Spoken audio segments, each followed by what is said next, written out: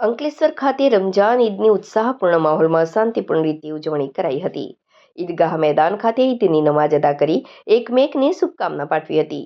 અંકલેશ્વર સંચાલી સહિત વિવિધ ગામ ખાતે મુસ્લિમ સમાજ દ્વારા ઈદની નમાજ અદા કરી ખુદાને બંદગી કરી હતી. મુસ્લિમ સમાજના પવિત્ર રમજાન માસની પૂર્ણાહુતિ થઈ ગઈ છે. એક માસ સુધી રોજા રાખી અલ્લાહની ઇબાદત કર્યા બાદ આજ રોજ ઉત્સાહ અને શાંતિપૂર્ણ માહોલમાં રમજાન ઈદના પર્વની ઉજવણી કરવામાં આવી હતી.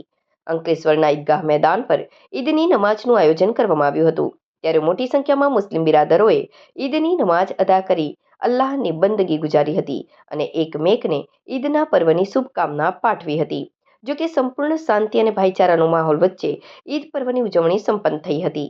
આ ઉપરાંત સંજાલી ગામ સહિત વિવિધ ગામોમાં પણ ઈદગાહ ખાતે ઈદની નમાજ અદા કરાઈ હતી.